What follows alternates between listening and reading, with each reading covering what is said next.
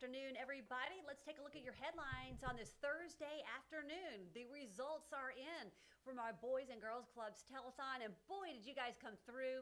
We'll tell you how we went over the total that we were expecting. Plus, a new device is helping patients at a local pediatric hospital. We'll show you. Also, a third suspect arrested in an Africatown homicide. Those stories and more coming up on News 5 Now. Brought to you by Green & Phillips Injury Lawyers, covering news from your neighborhood and around the world. News 5 Now starts right now. Good afternoon, everybody. Welcome to News 5 Now. I'm Devin Walsh. So glad to be with you on this Thursday afternoon. I hope that your week is going well so far. You know, I was just thinking about, can you believe next week is already the 4th of July? I mean, time is going by so fast. Before we know it, the kids will be back at school. It's crazy how fast time goes. So hopefully you've got some nice plans for the weekend. If not, for the 4th of July weekend, because the 4th of July actually falls on a Friday this year. So I have a feeling that a lot of people are going to be playing hooky on Friday, July 4th. But this is a great time of year to live here on the Gulf Coast. A little bit hot. Of course, expect those summertime showers in the afternoons, but still overall beautiful and really beautiful sunsets that we can enjoy. Let's go ahead and get right to our big stories at this hour, and we are so happy to report that you guys really came through for us. Yesterday we hosted our Boys and Girls Clubs of South Alabama Telethon, and we raised more than $120,000. Isn't that great? We're so excited. We were hoping to raise $100,000, but we raised $120,000. The money will help provide meals and maintain programs at the Boys and Girls Clubs, and we broke our previous record by $50,000. Woohoo! That makes me happy because I think the Boys and Girls Clubs do such a fantastic job in our community.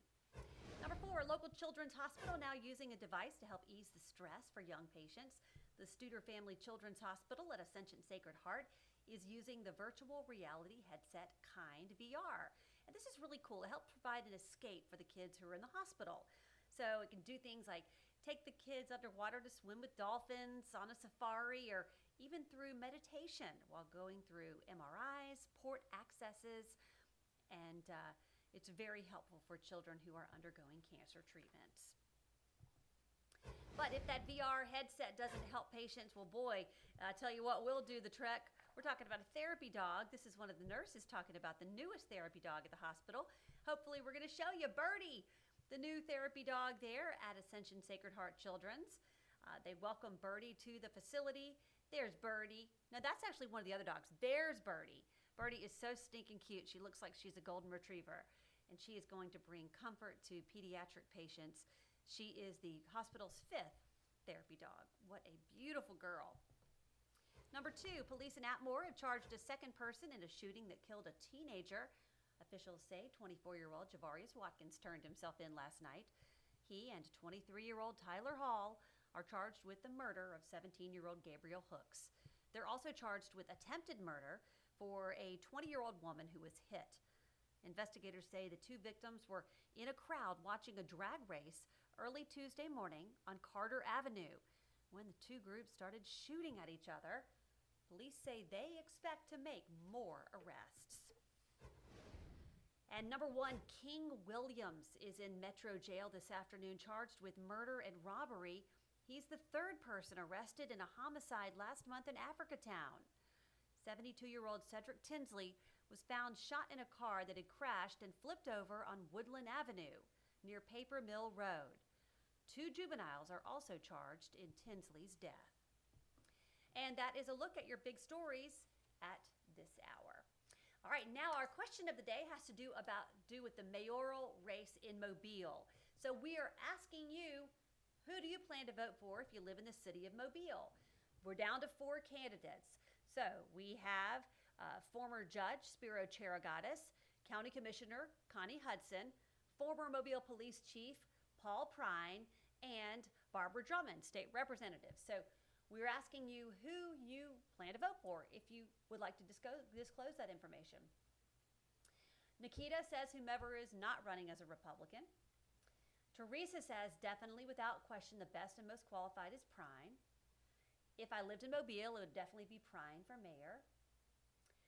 Theona thinks it will be a runoff between two candidates. And yes, Theona, we're talking about this in the newsroom. And yes, we do believe there will be a runoff, but we'll have to see, where the votes fall. But we do believe there will be a runoff. Mr. Prine. Melissa said she's had an opportunity to speak with each one of them individually, and that changed her mind. She's with Spiro. Spiro is the candidate that Mayor Stimson is endorsing. Let's see, I would vote for Paul Prine. Paul Prine. Connie Hudson has Rick's vote all day long. Will there be any debates or just meets and greets? Well, they've got one scheduled here, according to Sue, at Old Shiloh Baptist Church on Old Shell at 6 p.m. on July 8th. So that's the week after next. 4th is the Friday, so 6th, 7th, so that's Monday. Let me just make that bigger so we can see. Yeah, so Tuesday, July 8th, 6 to 8 p.m. Mayoral Forum at New Shiloh Missionary Baptist Church. So that might be a great opportunity for you to learn a little bit more about the candidates. Will Sims get to vote? Nope. Let's see. Are we going to host a televised debate? That's a good question, Kathy. I'm going to talk to Peter Albrecht about that. I've heard some talk about that, but I'm not sure what the plans are. So stay with us on that, and I'll check with Peter Albrecht and our boss and see kind of what their plans are. Connie Hudson, Paul Prine. So yeah, so some great answers. And we'll, now that it's down to 4, you can really kind of dig in and figure out which candidate you feel should best represent Mobile. The big announcement this week is that 2 of the candidates, former Mobile City Council member Jermaine Burrell and Lawrence Batiste, also dropped out of the race, and they have endorsed Barbara Drummond. So stay tuned, everybody. But now the race is down to 4, and so we know that we're going to start seeing some of those ads on TV really soon. So stay tuned for that next month. Okay, now we want to get to our poll of the day, and this has to do with something that happened last night, the NBA draft. Did you watch it? Did you watch the NBA draft? That's what we're wanting to know. So yes or no. The question was, are you watching? But now that it's already happened, we want to know, did you watch it? I forgot to watch it. You know what I was watching? I'm embarrassed to say this, but my husband was wanting to watch it, so I said, fine. We watched the Poop Cruise, oh my gosh, on Netflix. Y'all, oh my God. You remember the Poop Cruise? Can't remember what year that was. I think it was like somewhere in like 2013.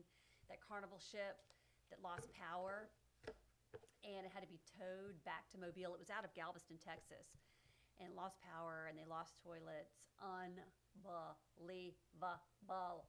Anyway, if you have Netflix, I was interested in it because they came back to Mobile, and I think I was anchoring the morning show at that time, and I remember the passengers like waving sheets and what a nightmare, and you really learn what a nightmare it was for those passengers. It was disgusting. Anyway, so I didn't watch the NBA draft. Anyway, well, that's going to do it for me for News 5 Now. Thanks for joining me, and I'll see you back for WKRG News 5 at 5 o'clock. Have a great afternoon.